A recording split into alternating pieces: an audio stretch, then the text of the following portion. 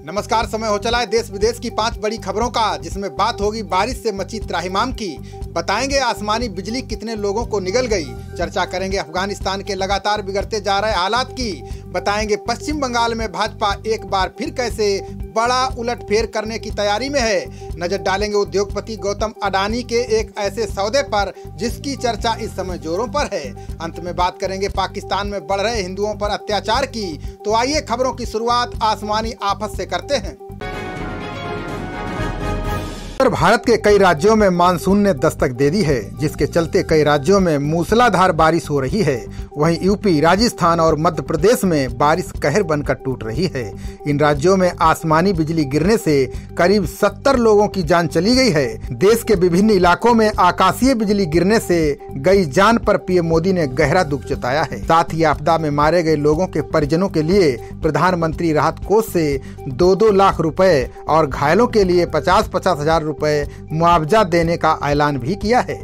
वहीं यूपी के सीएम योगी ने भी मृतकों के परिवार के प्रति संवेदना व्यक्त की है। साथ ही मृतकों के परिजनों को नियमानुसार सहायता राशि तत्काल वितरित किए जाने के आदेश दिए हैं। बता दें कि यूपी में तेज बारिश के दौरान बिजली गिरने से 45 लोगों की जान चली गई है, जबकि 47 लोग घायल हो गए हैं। मृतकों में प्रयागराज में 14, कानपुर देहात से 5, फतेहपुर में 5, कौशाम्बी में 4, फिरोजाबाद और फतेहपुर के 3-3 लोग शामिल हैं। वहीं आकाशीय बिजली में कम से कम 200 मवेशियों की भी जान गई है।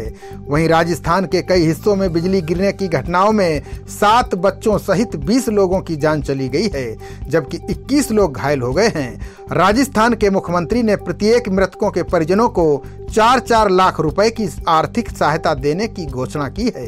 इसके अलावा मध्य प्रदेश के अलग अलग जिलों में भी आकाशीय बिजली गिरने से 7 लोगों की जान चली गई है।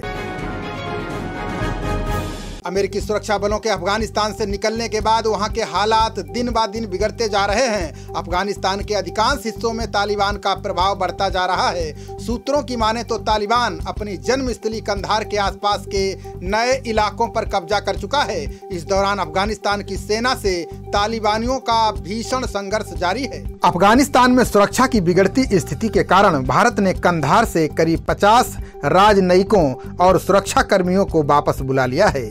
वहीं भारत के इस कदम से पाकिस्तान बेहद खुश नजर आ रहा है। पाकिस्तान के गृह मंत्री शेख राशिद ने भारत द्वारा अपने कर्मचारियों को हटाने पर एक बार फिर जहर उगला है। राशिद ने कहा कि भारत के पास अफगानिस्तान से भाग जाने के अलावा और कोई रास्ता नहीं बचा है। शेख राशिद के बयान और तालिबान की गतिविधियों से ऐसा लग रहा है कि पाकिस्तान सेना से तालिबान को रणनीतिक मदद मिल रही है। यही वजह है कि भारत ने अब अफगानिस्तान के लिए प्लान बी पर काम करना शुरू कर दिया है। बता दें कि भारत के विदेश मंत्री एस जयशंकर इसी हफ्ते तजाकिस्तान और उज्बेकिस्तान जाने वाले हैं, जहां वे तालिबान से लोहा लेने वाले पुराने नॉर्दर्न अलायंस के सदस्य देशों के साथ रणनीति बनाएंगे। अफगानिस्तान में दूसरी सबसे बड़ी आजादी ताजिक जनजाति की है। इन्होंने अहमद शाह मसूद के नेतृत्व में तालिबान से 2-2 हाथ किया है। 1990 के दशक में भारत ने ताजिक लड़ाकों को ट्रेनिंग, हथियार और दूसरी तरह की मदद दी थी। भारतीय वायुसेना ने वहां अपना एयरबेस भी बना लिया था, ताकि ताजिक लड़ाकों को सारी सुविधाएं दी जा सकें और मौका पड़ने पर युद्ध में उसे बैकअप भी दिया जा सके। एस जयशंकर के दौरे के जरिए भारत ये पता लगाने की कोशिश करेगा कि अब तालिबान के मुकाबले के लिए इन देशों में कितनी ताकत बची है। पश्चिम बंगाल विधानसभा में हार के बाद उपजे हालात भाजपा के लिए काफी मुश्किल साबित हो रहे हैं। सत्ता के लालच में दूसरी पार्टियों से भाजपा में आए लोग कुछ नहीं हासिल होने के बाद अब माहौल खराब करने में जुटे हैं। इन हालात को संभालने के लिए अब भाजपा यहां कुछ बड़े कदम उठाने की तैयारी में है। सूत्रों की माने तो असंतुष्टों में बड़ी संख्या उनकी है जो चुनाव जीतने के बाद कुछ पाने की आस में भाजपा में शामिल हुए थे, लेकिन विधानसभा चुनाव में हार के बाद उनकी मंशा पूरी नहीं हुई, जिसके बाद वे बंगाल में पार्टी का माहौल खराब करने में जुटे हैं। इसलिए असंतुष्टों और चुनाव से पहले पार्टी में शामिल होने वाले कुछ नेताओं पर भाजपा कार्रवाई करने की तैयारी में है। वहीं प्रदेश भाजपा अध्यक्ष दिलीप घोष ने कहा कि पार्टी अनुशासन से ऊपर कोई नहीं है। पार्टी विरोधी गतिविधियों में शामिल लोगों पर कार्रवाई की जाएगी। इसके साथ ही पार्टी में संगठनात्मक फेरबदल की भी संभावना जताई जा रही है। साथ ही टीएमसी के उपराष्ट्रवाद से मुकाबले के लिए विशिष्ट राजनीतिक लाइन अपनाने पर विचार किया जा रहा है, जिसके तहत भाजपा ने कुशल कार्यकर्ताओं और नेताओं को पुरस्कृत करके संगठन को नया रूप देने का फैसला किया है। इसके अलावा स्थानीय और जिला स्तर के कई दल बदलुओं को हटाने का भी फैसला किया गया है। सूत्रों ने बताया कि हार के बाद प्रदेश भाजपा में असंतोष बढ़ गया है। पार्टी के वरिष्ठ नेताओं के बीच अनबन जारी है, जो एक दूसरे को विफलता के लिए जिम्मेदार ठहरा रहे हैं। वहीं टीएमसी से भाजपा में आए राजीव बनर्जी और सौमित्र खान जैसे नेताओं के खिलाफ कोई कार्रवाई नहीं होने के कारण नाराजगी बढ़ गई है। अब चुनाव की गलतियों से सीखते हुए भाजपा ने एक जांच दल बनाने का फैसला किया है, जिसकी मंजूरी पार्टी में शामिल होने के इच्छुक किसी भी व्यक्ति के लिए अनिवार्य होगी। भारत के प्रसिद्ध उद्योगपति और अडानी ग्रुप के चेयरमैन गौतम अडानी अपने एयरपोर्ट कारोबार के साथ पोर्ट कारोबार को भी बढ़ाने में जुट गए हैं। इसके लिए वो पुडुचेरी के एक बंदरगाह को खरीदने की तैयारी कर रहे हैं।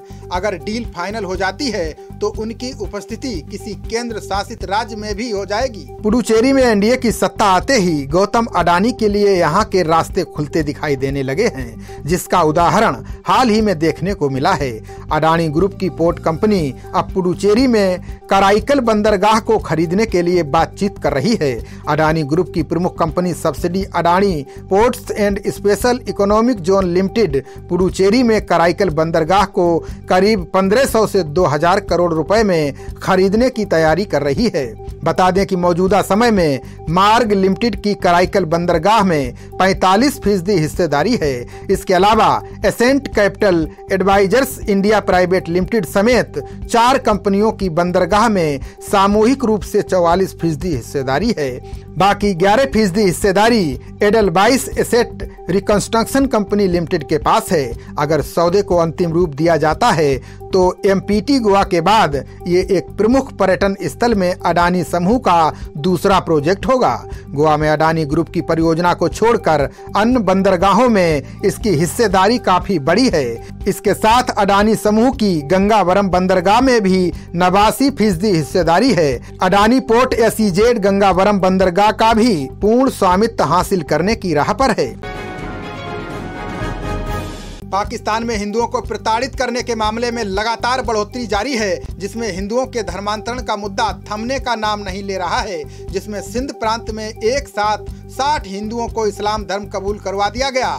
धर्म परिवर्तन के पीछे कुख्यात मौलवी मियां मिट्ठू और अब्दुल रऊफ निजवानी का हाथ बताया जा रहा है। बता दें कि इस समय सोशल मीडिया पर एक वीडियो वायरल हो रहा है, जिसमें सिंध प्रांत में करीब 60 हिंदुओं को एक साथ इस्लाम कबूल करवाया गया है। वीडियो में साफ साफ देखा जा सकता है कि मौलवी हिंदुओं को बैठाकर कलमा पढ़ा रहा है। वीडियो में हिंदुओं का चेहरा उतरा हुआ है। बड़े पैमाने पर हुए इस धर्म परिवर्तन के पीछे सिंध के कुख्यात मौलवी मियां मिट्ठू और अब्दुल रऊफ निजमानी का हाथ बताया जा रहा है। बता दें कि मियां मिट्ठू पाकिस्तान में हिंदू लड़कियों के अपहरण और जबरन इस्लाम धर्म कबूल करवाने के लिए कुख्यात है। इससे पहले भी इस मौलवी ने कई गरीब हिंदू लड़कियों को टारगेट कर उनका धर्मांतरण करवाया है। पाकिस्तान में हिंदुओं पर अत्याचार के खिलाफ आवाज उठाते आ रहे डॉक्टर राजकुमार बंजारा ने एक साथ 60 लोगों के धर्म परिवर्तन पर कटाक्ष किया है। उन्होंने अपने फेसबुक पेज पर लिखा, सभी को बधाई, चिंता ना करे पाकिस्तान बहुत जल्द 100% मुस्लिम देश बनने जा रहा है। उन्होंने कहा कि पाकिस्तान में अब धर्म परिवर्तन का मुद्दा आम हो गया है। धर्म परिवर्तन कराने वालों के खिलाफ यहाँ कोई सख्ती नहीं होती है। वो दिन दूर नहीं जब यहाँ एक भी हिंदू नहीं बचेगा। खबरों का सिलसिला जारी रहेगा। देखते रहिए जनप्रवाद। नमस्कार।